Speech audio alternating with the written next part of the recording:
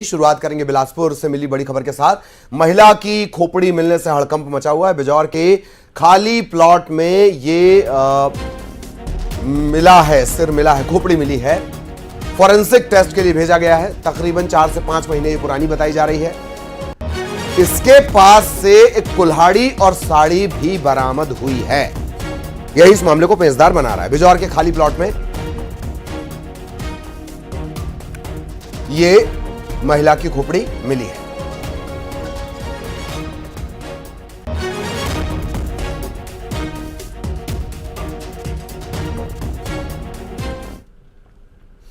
खबर कोरबा से दीपिका में संदेश खाली मामले का विरोध किया गया। एबीवीपी ने इसे लेकर विरोध प्रदर्शन किया। मुख्यमंत्री ममता बनर्जी का पुतला फूंका गया। महिलाओं पर अत्याचार का विरोध किया गया। पीड़ितों को न्याय मिले, इसके लिए यह प्रदर्शन किया गया।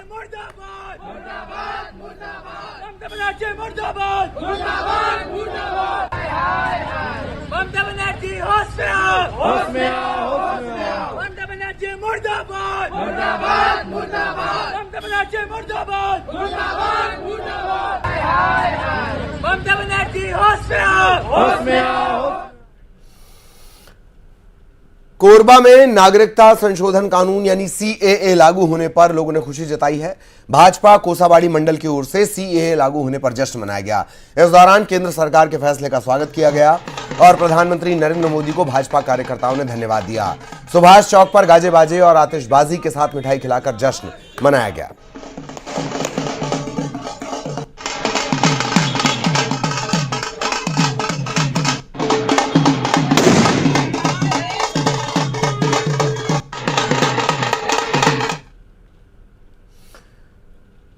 इधर रायपुर में मोदी मैजिक किताब का विमोचन किया गया। केंद्रीय स्वास्थ्य मंत्री मनसुख मांडविया ने किताब का विमोचन किया। इस किताब को भाजपा मीडिया के प्रभारी अमित चिमनानी ने लिखा है। मोदी मैजिक बदहाल से बेमिसाल भारत की कहानी है। केंद्रीय मंत्री ने किताब की सराहना की है।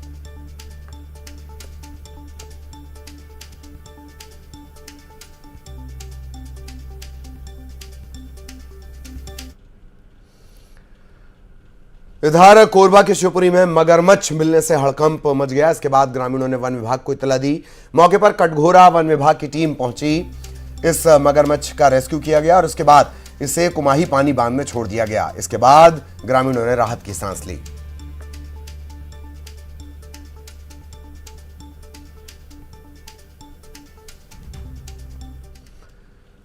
सूरजपुर के प्रेमनगर थाना इलाके में अवैध रूप से मवेशी तस्करी रोकने के लिए प्रेमनगर विधायक ने गौ रक्षा समिति और स्थानीय लोगों के साथ एक मुहिम चलाई है। इस दौरान 17 भैंसों को जब्त किया गया है। वहीं मवेशी तस्कर रात का फायदा उठाते हुए भाग खड़े हुए। ऐसे में विधायक की सूचना पर पुलिस पड़ताल में जुटी हुई है। फिलहाल मवेशियों को भगवानपुर गौठान के सुपुर्द किया गया है। ऐसे ही ये लोग रोड को पार कर रहे थे, मेन रोड चौरी पहाड़, उसी में चढ़ा रहे थे। उसी समय पता चला कि भैंसा रोड को क्रॉस हो रहे हैं और दोनों तरफ से हम लोग गाड़ी दबाए और जैसे चौरी पहाड़ पे भैंसा चढ़ रहे थे उसी समय मेरा गाड़ी आगे था और मैं सीधे उनके लिए जा रहे थे।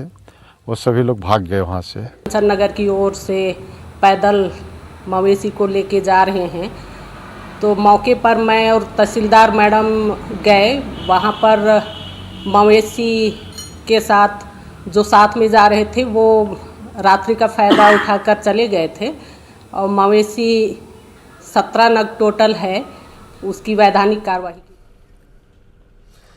आपने अब तक राष्ट्रपति शब्द को देश के प्रथम नागरिक के साथ लिखे और पढ़ा हुआ होगा, लेकिन छत्तीसगढ़ के मनेन्द्रगढ़ विकासखंड के घुटरा में एक ऐसा व्यक्ति है जिसका नाम राष्ट्रपति है, जो अपने बैंक से जुड़े काम के लिए महीनों से बैंक के चक्कर काट रहा है। राष्ट्रपति ने बताया कि सरगुजा क्षेत्रीय ग्रामीण बैंक में वृद्धि जमा प्रमाण पत्र के जरिए मां की सड़क हादसे में मौत हुई। मुआवजा मिला 62,457।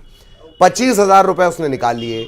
अब बची हुई राशि निकालने की उसे जरूरत है, लेकिन बैंक के वो लगातार चक्कर काट रहा है। नाम राष्ट्रपति?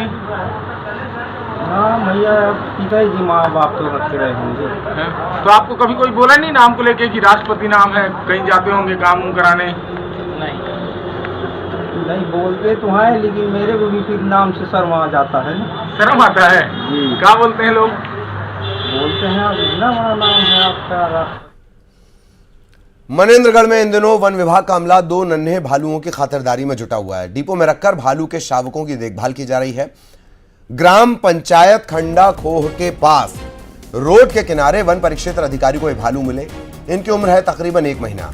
भालू के शावकों को बोतल के जरिए दूध पिलाया जा रहा है। बताया जा रहा है कि मादा भालू ने इनको छोड़ दिया है।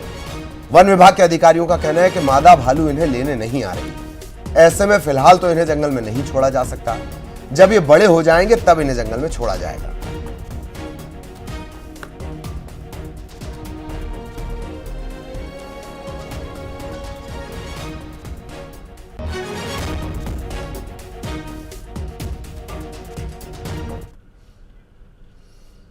और अब बात करेंगे कोरबा की, जहां रक्षित केंद्र पुलिस लाइन के परेड ग्राउंड में टहल रहे लोगों में उस वक्त हड़कंप मच गया जब वहां पर 5 फीट लंबा एक सांप लोगों ने देखा।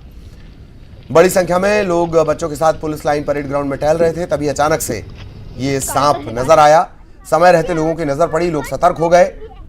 सर्प मित्र जितेंद्र सारथी को सूचना दी गई। जितेंद्र पहुंचे, रेस्क्यू किया, डब्बे में से बंद किया, तब जाकर लोगों ने राहत की सांस ली।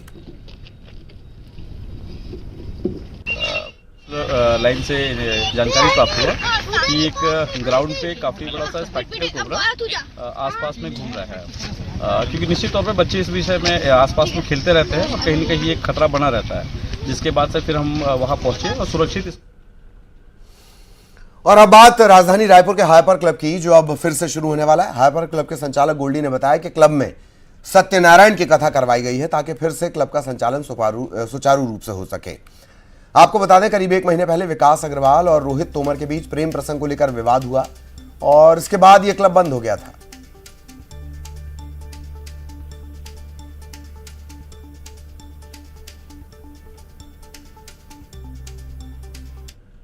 में कुछ बदमाशों ने पार्किंग में फायरिंग कर दी रही, उसकी वजह से वो भी क्लब बंद होने के बाद उसके बाद हमने इसकी सूचना पुलिस विभाग को दी। उसके पुलिस ने तत्काल उनको अरेस्ट किया और कार्रवाई जो होना था कार्रवाई की। उसके बाद मैडम हमारा क्लब तब से बंद रहा। अब हम क्लब वापस से चालू करना चाह रहे हैं, तो आज हमने यहाँ पूजा अर्चना कथा किया और उम्मीद है जल्दी से जल्द हम वापस अपना क्लब चालू करेंगे। दुर्ग में यादव समाज का सम्मेलन और सम्मान समारोह आयोजित किया गया। इसमें मध्य प्रदेश के मुख्यमंत्री डॉक्टर मोहन यादव का सम्मान किया गया। यादव समाज के लोगों ने उनका जोशीला स्वागत किया, कौड़ियों की माला पहनाई, टोपी पहनाई, प्रतीक चिन्ह भेंट किया, सम्मानित किया। डॉक्टर मोहन यादव ने समाज के कार्यों की सराहना की और समाज के एकजुट रहने की बात कही। आज प्रथम आगमन पर हमारी भारतीय जनता पार्टी के विभिन्न दौरों के साथ साथ में समाज के कार्यक्रम में भी आया था और अपने अपार उत्साह उमंग के साथ में सबने स्वागत किया। मैं दुर्ग के हमारे यादव समाज के सभी समाज का अभिनंदन करता हूँ और बधाई देना चाहता हूँ। उम्मीद करता हूँ ये प्रेम बनाने का बार बार आते हैं। कोरबा में उद्योग मंत्री लखनलाल देवांगन के हाथों समाज कल्याण विभाग की तरफ से 41 दिव्यांगों को इलेक्ट्रिक ट्राइसिकल और व्हील चेयर बांटी गई। कलेक्टर कार्यालय से समाज कल्याण विभाग के सामने सभी हितग्राही दिव्यांगों को ये सामग्री दी गई। उनके चेहरे खिल उठे। इस मौके पर उद्योग मंत्री लखनलाल देवांगन ने कहा कि दिव्यांगों की दिक्कतों को दूर करने का हर प्रयास किया जाएगा।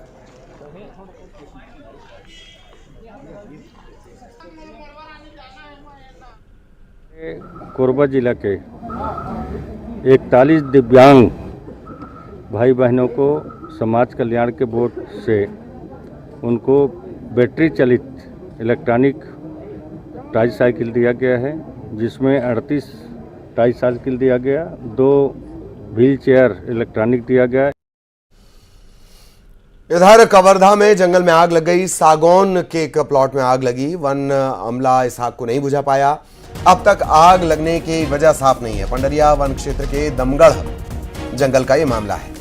कवर्धा में जंगल में आग लगी और सागौन ये लगी हुई है। सागौन का ये एक एरिया है, उसमें आग लगी है। वजह अब तक साफ नहीं हो पाई है।